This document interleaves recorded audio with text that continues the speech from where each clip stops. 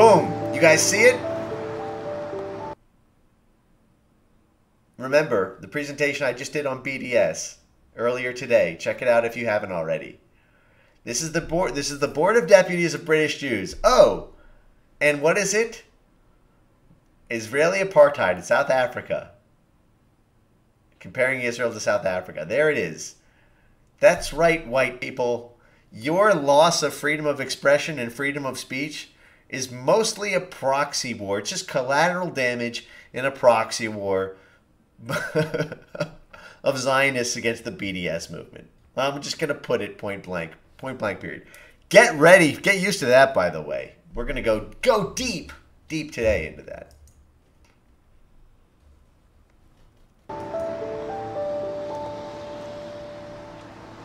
Anyway, when I was thinking about it, I remembered this woman who came to our school.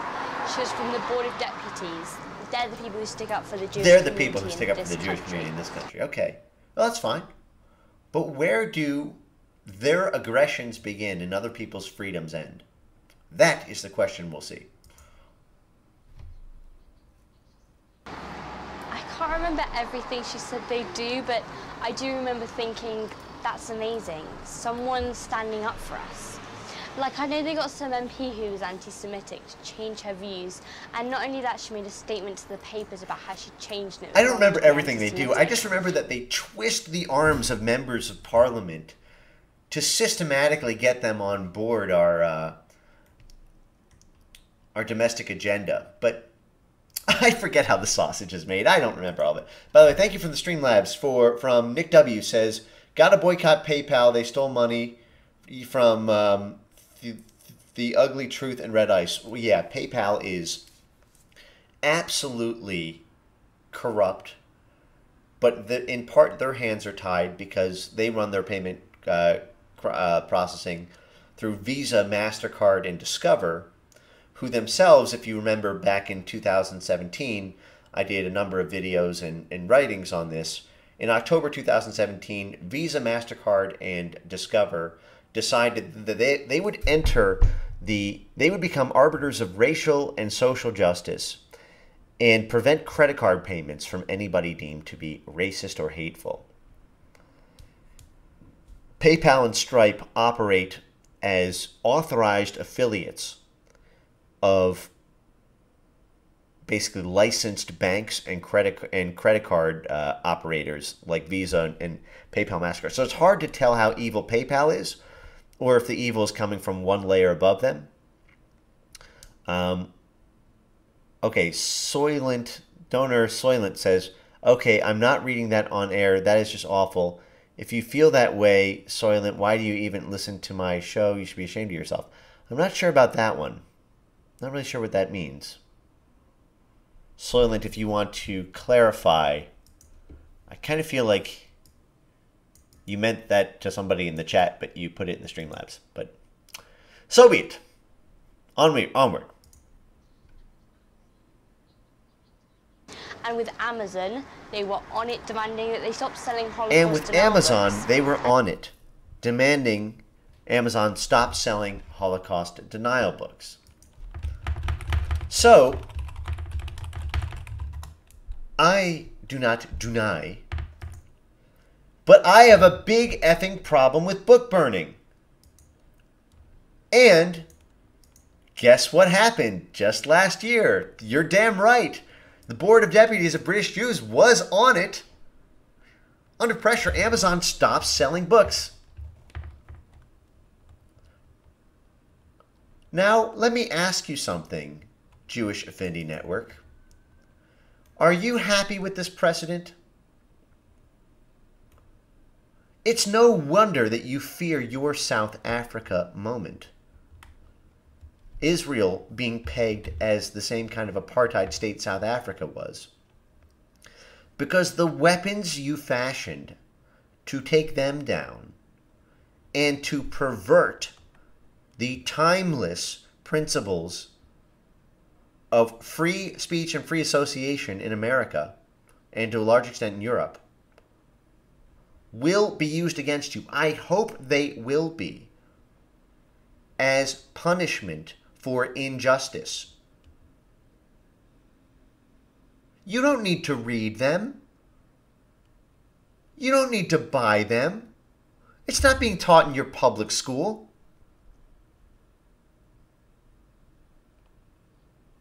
But they are so powerful, the Board of Deputies of British Jews and many other of these affinity network groups, that they can tell the largest market cap company in the world, I guess now second or third, I guess Apple's now number one,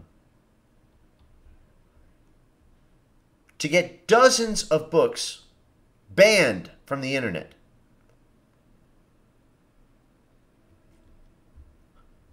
You are what you have accused Nazis of being. The only difference is whose side you're on. Disgusting. Free market. Let shitty ideas unravel as shitty ideas, and you should be able to destroy them in a debate.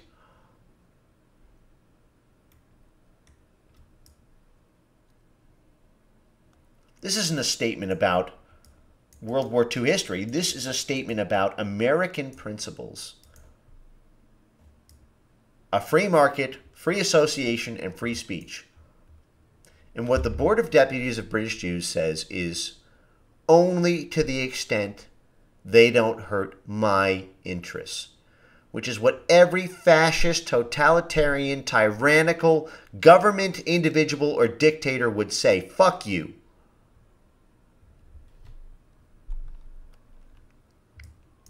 Sorry, guys. A little heated. Probably shouldn't use language like the F-bomb so liberally. But this is an attack on my nation and my system of government. And yes, I know this is in Britain, but as one of Britain's, this is a proxy battle that is being conducted in Britain and will be imported into the U.S. as it already has been in so many states. This is an assault on Western civilization to create a specialized class where one group gets subject to one set of laws, including death and priority burials. We didn't even get to that, which is the main set. 37 minutes in, we didn't even get to the main story. All right, we're going to fast forward through this. And they did. That's not messing about. Ding, ding, ding, ding, ding, ding, ding, ding, ding, ding, ding, ding, ding, ding, ding, ding. Wow. From the mouths of babes. That's not messing around. That takes power to do that. Ah, probably a good place to start our story. We'll begin in, what is this, January 2018. When the Board of Deputies of British Jews called for a London coroner to be fired. Why? Because of a policy of first come, first served. So let's go into this a little bit more in depth. What happened was in October 2017, a Jewish man died, and his family had to wait a couple days for him to be buried because there was a Muslim man ahead of him in line to be buried. And because this Jewish woman was not able to have her husband's death prioritized, she became so hysterical that she sought the Board of Deputies and several other Jewish organizations in the UK, which we can go into, to create pressure at every level of government, local, federal. The Crown Prosecution Service got involved to destroy the coroner's life and get this law revoked. Her name was Mary Hassel. This is what she looks like. Looks like a nice, looks like a high integrity woman doing her job with high integrity for 12 years. Okay. The rule said no death will be prioritized over any other. That's not what super equality means. Mary Hassel, the coroner, also accused Jewish community representatives of bullying and intimidating her staff. The Judicial Conduct Investigations Office confirmed it received the formal complaint against the coroner. That was back in January. Fast forward. Jewish Society calls for removal of the London coroner, for her to be fired from her post of 12 years.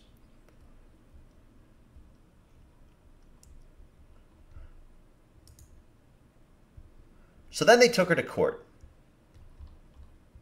Now, they sued as this being in the name of Jewish and Muslim groups. But the Muslim groups don't have anything to do with this. What this was a back-channel communication where this could be posited in intersectional terms for helping Muslim groups and also buying favor for moderate Muslims. Remember the favor bank, favors for favors, to foster the interfaith coalition between Jews and moderate Muslims, to drive a wedge between moderate Muslims and the far left Muslims who champion BDS. That's what this was. And again, I'm going to play a clip from the Diversity Industry Starbucks edition that illustrates this fairly well in the context of how this works with BDS. I'm sorry, with BLM, same thing they're doing as BLS. What theology looks like. This is what theology looks like. Go give yourselves a big hand. I want to spread the news that if it feels it's a good getting used, oh, you just keep on using me until you use me up.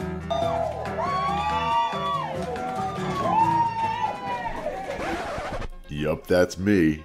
You're probably wondering how I got into this situation. My name is Sean Zevit, and I'm the lead rabbi for Mishkan Shalom. You're probably wondering what a rabbi of a Jewish synagogue is doing leading this African-American protest, so let me explain. See, this protest was organized by POWER.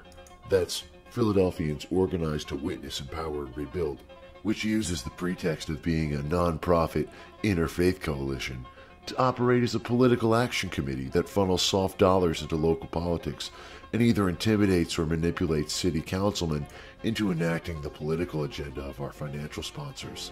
You won't see it on the news, but Jewish synagogues make up a full 20% Okay, of I'm going to pause right here. coalition So if you members. remember from and by the way, I still intend to turn this into a full-length movie. It's just takes a lot of time to edit this stuff. But this was the Interfaith Coalition, and it was done, it's supposed to be basically like, you know, churches, mosques, and synagogues. And they always posit it in the intersectional, pro-Muslim faith here.